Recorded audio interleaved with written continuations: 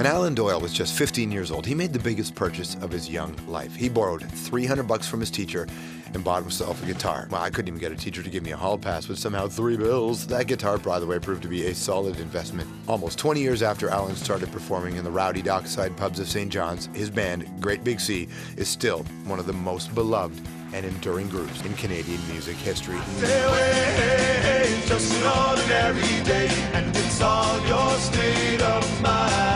And Great Big Sea can count among their fans this fella, Russell Crowe. Russell and Alan met at the NHL Awards a few years back and they became good buds. Alan has helped Russell with his music career when Russell was looking for guys to play the merry men in his Robin Hood movie.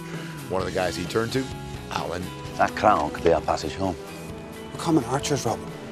We arrive at the king's ship with his crown, we'll be accused of murder. So, a guy whose only acting experience was a couple of high school plays, acting with Russell Crowe in a big-budget Hollywood movie directed by Ridley Scott, pretty amazing. Alan and Russell teamed up again with Newfoundland's other famous Alan on Republic of Doyle. Well, Doyle, you got yourself a situation here. You either do something, or you go down hesitating.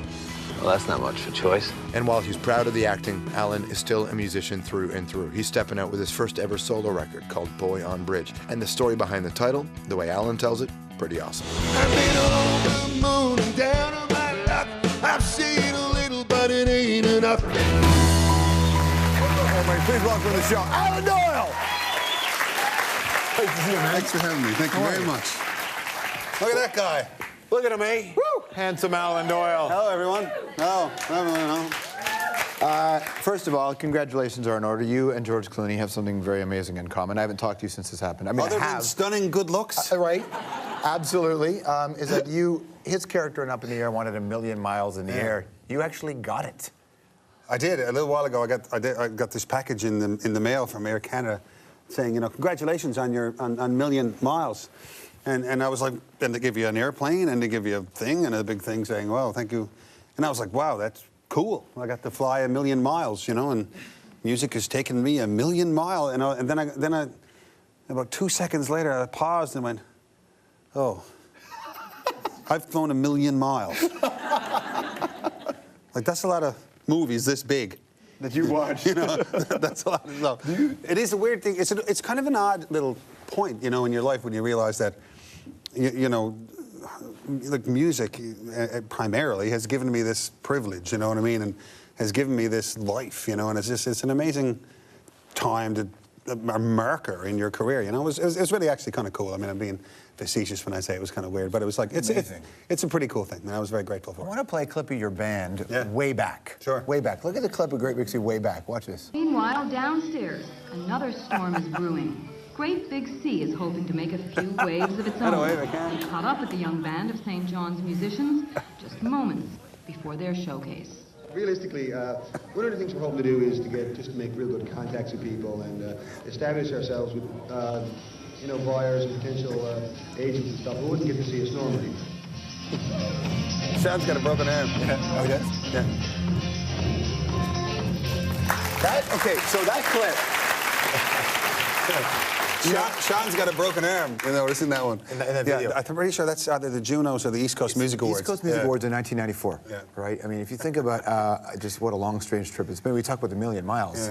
Yeah. You got signed just after that, didn't you? Yeah, well, really, we got signed in the latter part of '94, right. And was really on the back of that showcase that you just saw. It's been what a ride. I mean, what a privilege, you know, to be in a band for a lifetime. You know, and that's really what Great Big Sea has always been about, and it's been such a, you know, and continues to be such a way of life. You know, it's just like it's really, we play in a band that's important to people. Right. You know, and that's I think what keeps it going the longest is that we kind of feel like it's bigger than us. Why do you think it's important to people?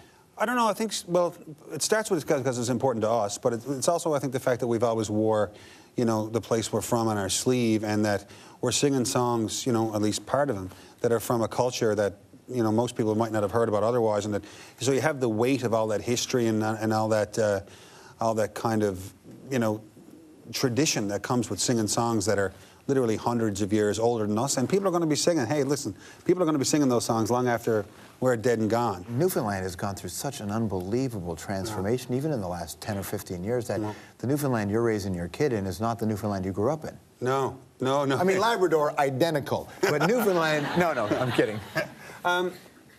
St. John's is booming, man, and the northeast Avalon of Newfoundland is booming in a way that I remember coming to Toronto for the first time, you know, and talking and learning how much my friends' houses were. Like, you know, and it's like, how much is your house? Our house is $700,000.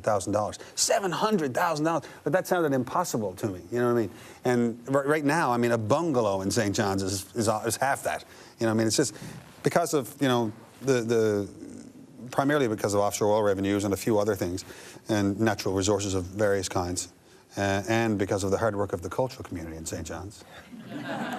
The economy is great, right. And culturally it's on fire as well. I mean, you know, even, you know, in the walls of this, you know, of the CBC, you know, if there's one place that seems disproportionately represented, it has to be Newfoundland. I mean, there's more all-star Newfoundlanders in this. I'm like the 25th most famous Newfoundlander at the CBC, for God's sake. And in this building, in this moment. Right now. Right, you know, like, and, you know, so it's, yeah, it's doing really well. And it's an odd thing to remember, you know, those early interviews in the early 90s and feeling like we had to introduce not only ourselves, but we had to introduce the province to the rest of the country.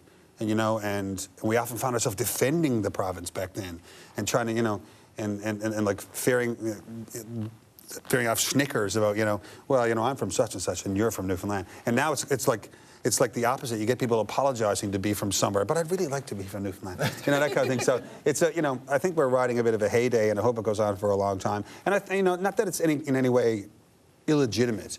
You know, you know, the good nature, and I think of people. I mean, you've had lots of them sit in this chair, you know, Alan and you know, Danny Williams and the like, you know, and you've known Rick and stuff. Yeah, I mean, they're honestly, you know, and funny, good-natured people. I mean, you know, all the 22 Minutes guys, they're great. You know, it's just they're good, fun guys, and so it's. Is it more than just the booze that makes everybody so fun? Like, but I don't think so. No. No.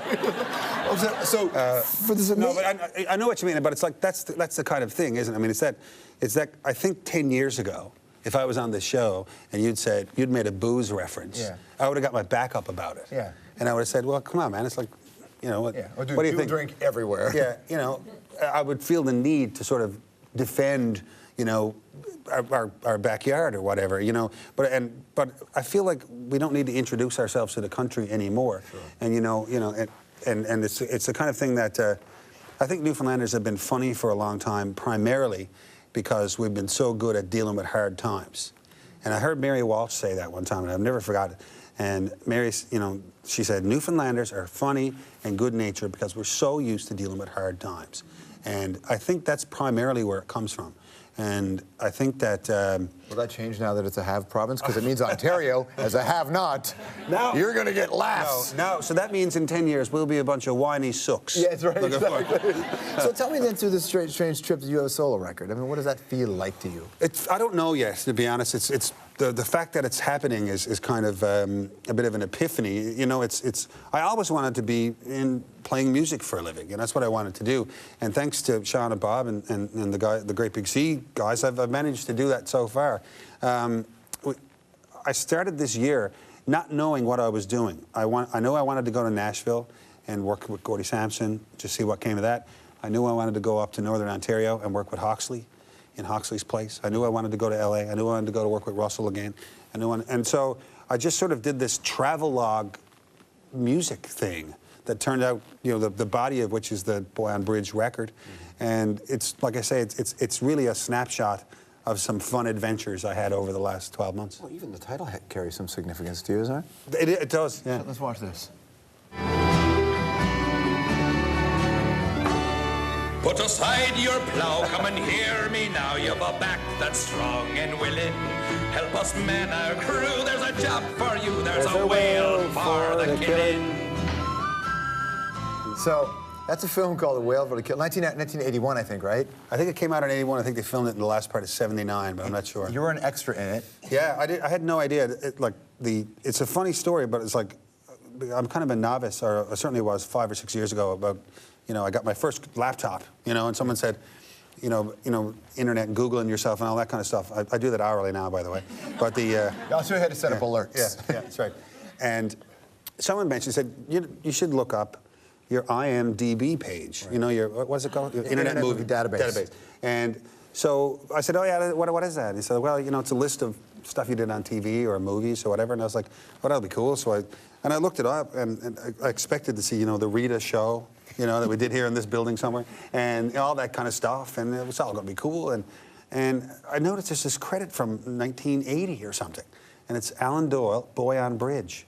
Way off, and I was like, and I had this memory that I hadn't thought about in such a long time about me and my cousin Denny just walking around Petty Harbour because there was a movie being shot in town, which was might as well have been Aliens had landed in Petty Harbour, and it was like just this amazing, you know, stuff going on all the time. And some, I guess, producer guy or something, an assistant producer or something, just grabbed us and said, hey, you guys want to stand over behind Richard as he walks by here, or Peter Strauss, I guess it was. Yeah, and walk by and just throw rocks out in the water or whatever, and said, cool, and we did it, and it took 10 seconds, and they gave us $15. And I was like, this is awesome. And I went home and told Mom that we made 10. Put half it away for school. You know where I'm going? Yeah.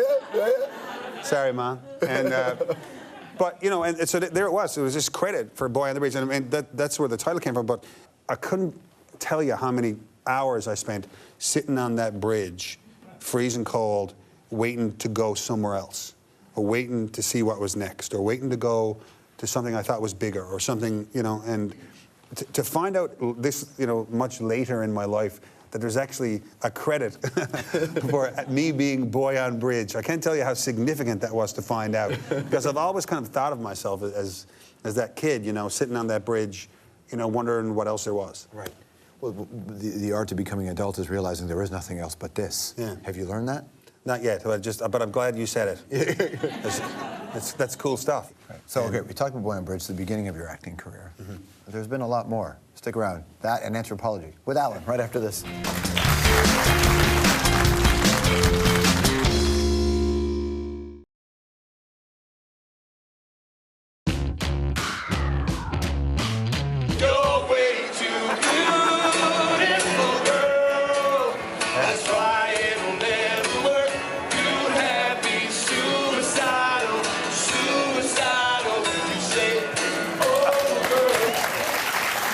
The Steps of Rome. Yeah. Wait, that's a Sean Kingston song, right? Yeah. It was one of those. One of Russell Crowe, Kevin Durant's in that. Scott Grimes in that as well.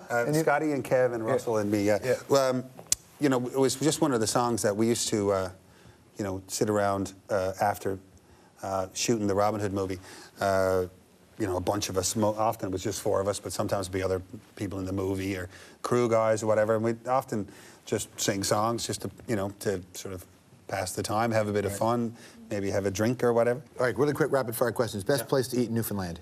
Leo's Fish and Chips. Any character that you'd like to portray in film?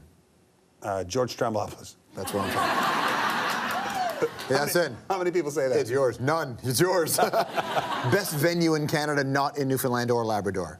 Oh, Spectrum, Montreal. There you go. Who is the next great musical talent to come out of Newfoundland that we don't know yet? Andrew James O'Brien. Would you ever consider challenging Alan Hocko to determine who is, in fact, the toughest Doyle? Yes, I have many times. Who would win? Alan. What is who's the first musician you ever saw that inspired you to make music? Ron Hines. There you go. Album, Boy on Bridge, actual Boy on Bridge. The album is out now, and you can catch him on this tour. He's going all across this beautiful country of ours. All the days on Strombo.com. Alan Doyle! We'll be right back.